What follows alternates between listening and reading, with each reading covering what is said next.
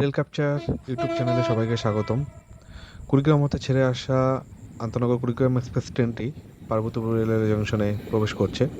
ট্রেনটি কুড়িগ্রাম থেকে সকাল 7:10 ছেড়ে আসে এবং পার্বতীপুরে প্রবেশ করে সকাল 9:25।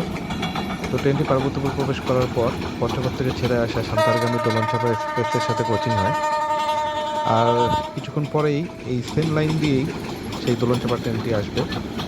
আপনারা ভিডিওটি শেষ পর্যন্ত দেখতে থাকুন। কুড়িগ্রাম এক্সপ্রেস পার্বতীপুর ঢোকার সঠিক সময় সকাল 9:15। ট্রেনটি তার সঠিক সময় নিয়ে পার্বতীপুর জংশনে প্রবেশ করছে এবং দোলনচাঁপা এক্সপ্রেস স্টেশনে অপেক্ষা করছে তার জন্য।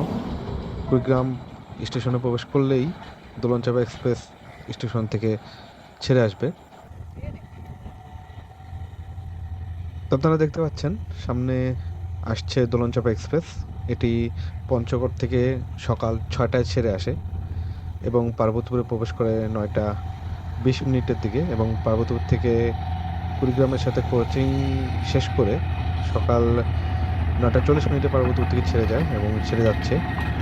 একই লাইনে একটু আগেই দেখলেন কুড়িগ্রাম এক্সপ্রেস গেল, এখন যাচ্ছে দোলনচাঁপা এক্সপ্রেস। তো এই ট্রেনটি সরাসরি তো এই ট্রেনটি সান্তাহার যাবে। এটি হচ্ছে কাউনিয়ে যে লোকো রিভার্স করে সেখান থেকে গাইবান্ধা হয়ে বগুড়াতে চলে যাবে, বগুড়া হয়ে সান্তাহার চলে যাবে।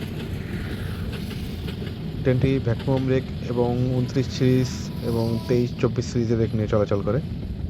তো ভিডিওটি ভালো লাগলে সাবস্ক্রাইব করে পাশে থাকবেন। সবাইকে ধন্যবাদ।